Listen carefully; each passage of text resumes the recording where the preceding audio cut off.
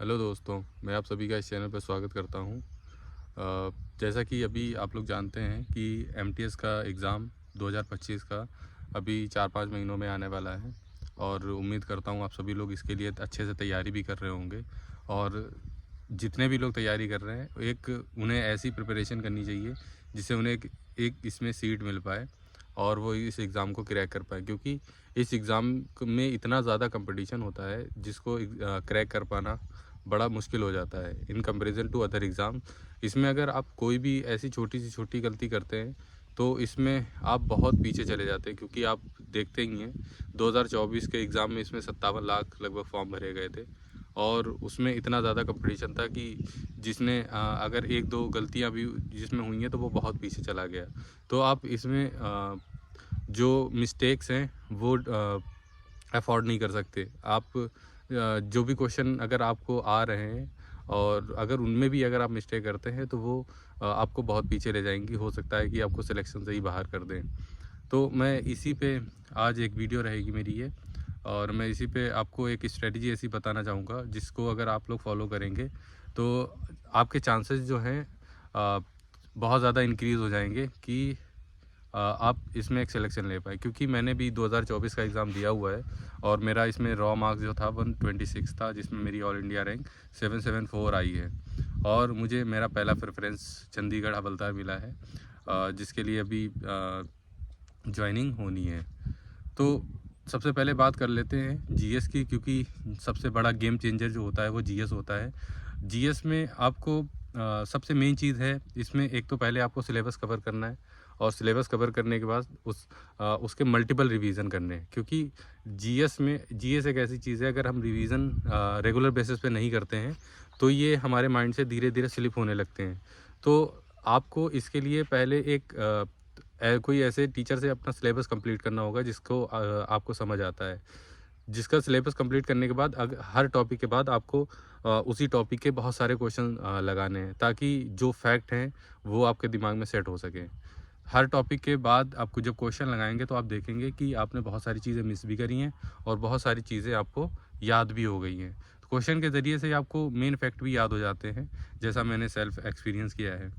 तो पहले उस टॉपिक को पढ़ना है किसी टीचर से अच्छे से, और उसके बाद फिर आपको मॉक या बाकी सारी चीज़ें इससे करनी है।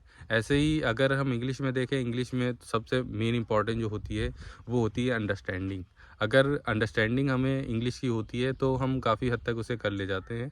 मेरा इंग्लिश में भी जो स्कोर था वो 24 आउट ऑफ 25 था क्वेश्चंस। तो मेरा यही एक टारगेट था कि इंग्लिश को एक अच्छे से अगर समझा जाए तो इसको करना इजी होता है in comparison to other subjects. और सबसे पहले आपको अगर इंग्लिश प्रिपेयर करनी है, जो बिगिनर्स हैं तो उनके लिए यही मैं राय दूंगा कि वो सबसे पहले किरण की बुक्स ले आएँ। और किरण की बुक्स एक ऐसी बुक है जो आपको एक एज देती हैं अदर बुक से, क्योंकि उसमें कंटेंट जो है वो एकदम एग्ज़ाम ओरिएंटेड है। एग्ज़ाम ओरिएंटेड कंटेंट ऐसे है कि अगर आपको वोकैब वगैरह तैयार करनी है तो वोकैब आप उसमें सारी वोकैब ऐसे तैयार कर सकते हैं कि आपको सिनोनिम तैयार करने हैं, एंटोनिम तैयार करने हैं। तो सिनोनिम तैयार करने के लिए आप जो सिनोनिम जहाँ पे दिए हैं किरण में, तो आप उसके बैक साइड में चले जाइए।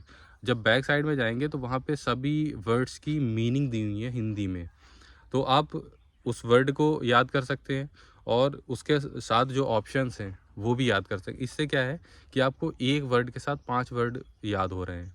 तो मैंने तो ऐसे ही इसकी प्रिपरेशन करी थी और एग्ज़ाम में मेरे सारे क्वेश्चन हो गए थे। और ऐसे ही एंटोनिम में भी किया था, ऐसे ही वन वर्ड ये सारे वर्ड किए थे। उसके बाद फिर आपको डेली बेसिस पे रीडिंग करना आना चाहिए। रीडिंग करना चाहिए क्योंकि एट द लास्ट जो इंग्लिश में डिपेंड करता है, मैटर करता है, वो आपकी अंडरस्टैंडिंग, कि आप इंग्लिश को पढ़ के उसको समझ पा रहे हैं। अगर आप समझ पा रहे हैं तो कई बार आपको जो रूल नहीं भी आता है कभी कभार, तो वो भी आप इम्प्रूवमेंट में और एरर्स में वो आप फाइंड कर लेते हैं। तो सबसे ज़्यादा ज़रूरी है अंडरस्टैंडिंग, वो आप धीरे धीरे बिल्ड करिए। और इसके इंग्लिश के मीनिंग्स, वोकैब्स वगैरह जो हैं, इनको रेगुलर बेसिस पे रिवाइज़ करिए और इनको याद करिए। तो इंग्लिश में ऐसे ही आप धीरे धीरे देखेंगे कि आप एक अच्छा अच्छा इम्प्रूवमेंट करने लगेंगे। और उसके साथ साथ अपने मॉक्स भी देते रहिए। इसके अलावा अगर आपको कोई भी इन्फॉर्मेशन चाहिए हो तो आप नीचे कमेंट कर दीजिए, मैं उस पे आपको अपने व्यूज़ ज़रूर दूंगा और अपनी बात बताऊंगा। Thank you so much.